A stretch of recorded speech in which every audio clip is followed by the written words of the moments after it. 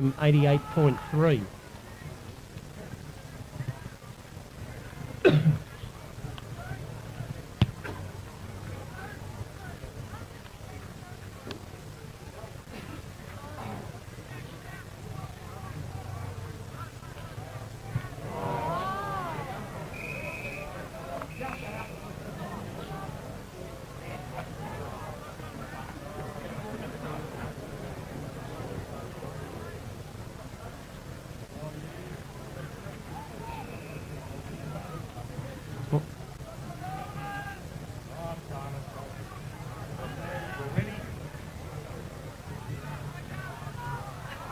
Back here at the park, there's been an infringement in front of goals, but it's going to the Collegians player in defence, and so Stuart Hinchin will take the kick. No, Anthony Parkin, who chips it out into the pocket to Keneally. Keneally runs into some space, kicks it long down the wing looking for Harrison, but Nichols shows greater judgment and from behind manages to edge him out.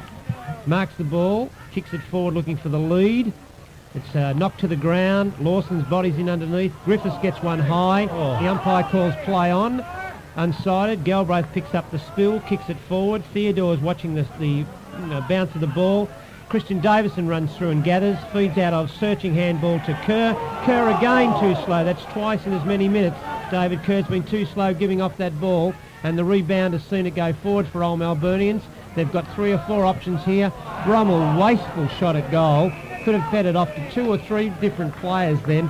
A long shot. Has forced it out on the full, and Parkin to bring it back in. Parkin kicks forward. It's a little bit under-kicked. It's knocked along the ground, but McMullen's got it. He's tackled. He's knocked it forward. There's a pack of players. Collegians in at it again. Keneally underneath the pack. Body's falling forward, and the umpire's going to have to ball this up. And there hasn't been a lot of ball-ups today, Dos. No, there hasn't. Griffiths coming off the ground as a result of that high blow he received. And Zani Yusinov is a good name for you, Jeff. Yeah, little player, Zani, very small, a lot of heart, very quick. Knocks it over the line by Pollock, and so we're going to have a boundary throw in right in front of the Old Melburnians coaches box, and Roger Ellingworth and his match committee. I noticed Paul O'Brien's off the ground too. I'm sure they'd be reasonably satisfied at this period of time, 24 minutes into the third quarter. And he's taken 2 of his experienced players off there, just giving them a breather before the last quarter. Both O'Brien and Griffiths are off the ground. But now the ball is with Lovett, who pumps it inside 45 for the Old Melburnian side, but well taken there by Wallace. Handball's on to Parkin. Parkin now goes out to the lead of Galbraith, who's made some space out on the outer wing. In pursuit is Theodore. A good handball over the top to the running Bennett. Good running from him. Has trouble controlling the bounce, and as a result makes a very poor handball to Phillips. Another missed opportunity there as Jeff Rowley nods his head in disgust. As Webb now gets his kick in towards the centre of the ground. Running at it there was Pollock. Did well to get his hands on it and keep the ball in front of him. Coming through there now was Cam Thompson, who's just come onto the ground. In there was Brommel trying to get the ball out, and there'll be a boundary throw-in. So Bennett, a bad mistake there, Jeff? Oh, very bad. Yes, it was. Very bad error there. Very costly, those sorts of things. Good turnover, and just for a commentator's nightmare, we now have 3 Thompsons on the ground. 2 brothers for Old Melburnians, 7-11, and of course Danny Thompson, 32 for Collegians. Parkin takes the result of the ruck contest and kicks it forward, and a fingertip juggling mark running with the flight of the ball is Christian Davidson. Christian, who has his left knee, his kicking leg, very heavily bandaged, has gone back and is composing himself. Will make the distance, I feel. He's not a bad kick of the ball, Davidson. Spent a year at Carlton.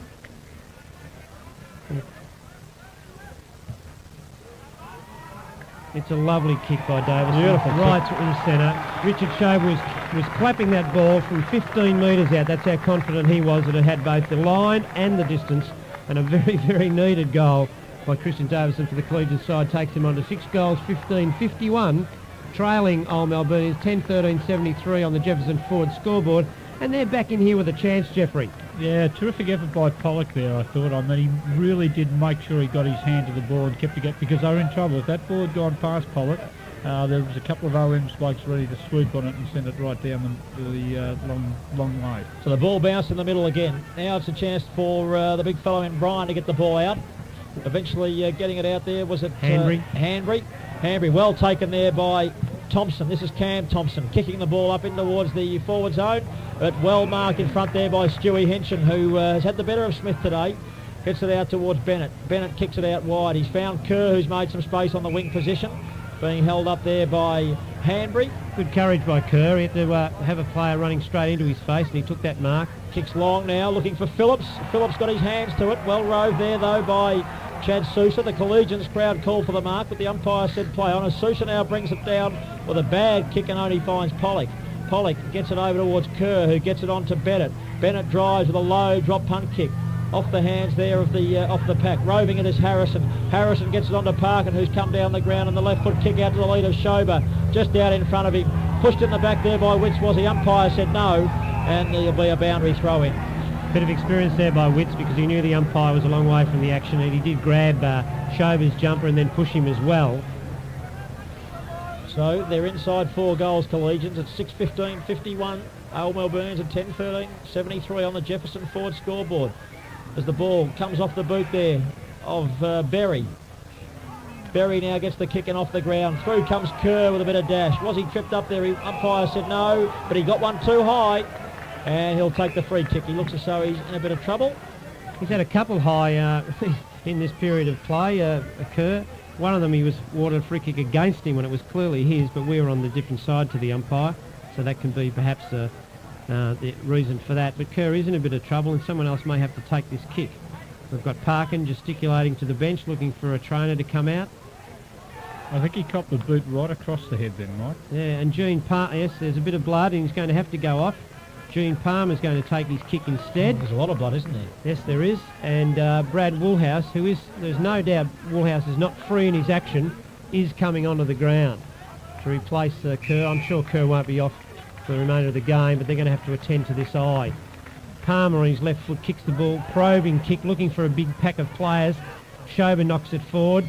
Galbraith switches it off the ground. You see Thompson coming forward, falls over the back of Lawson, I think it is.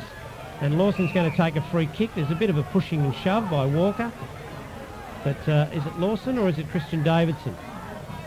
Very hard to see at the moment. It is Davidson. Yeah. So Davidson's taking a while to peel himself off No, the it's turf. not Davidson. I think it's Woolhouse. Yes, I think it's Brad Woolhouse who's just come it's on. not Davidson. Davidson's walking away towards centre half right. forward at It's the moment. Woolhouse. So, Blake's going to take the ball now.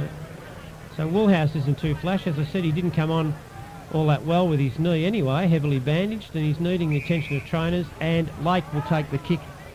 So Michael Lake against a Collegian side who are losing some numbers here, but he kicks it long, a big pack of players. Phillips was up high, but the fist was in there from the Old Melburnians defence and forces it over the line, 25 metres around from the Collegians' goal. I thought Lake should have taken a different option then. It was only going to go into that big pack of players. I've got to be a little bit more sensitive than that.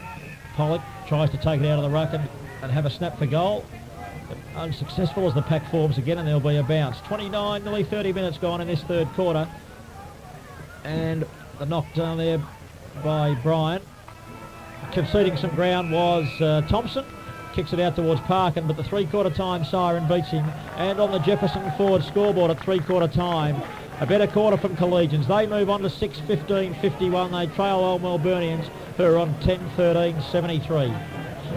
And certainly we've seen the Collegian side show a lot more fight, a lot more desperation, and a lot harder at the ball, although, as Mark just said, they are losing some numbers because certainly Kerr's going to need some attention. Woolhouse is not a free-running player, and they're a bit restricted with their other interchange player being their ruckman.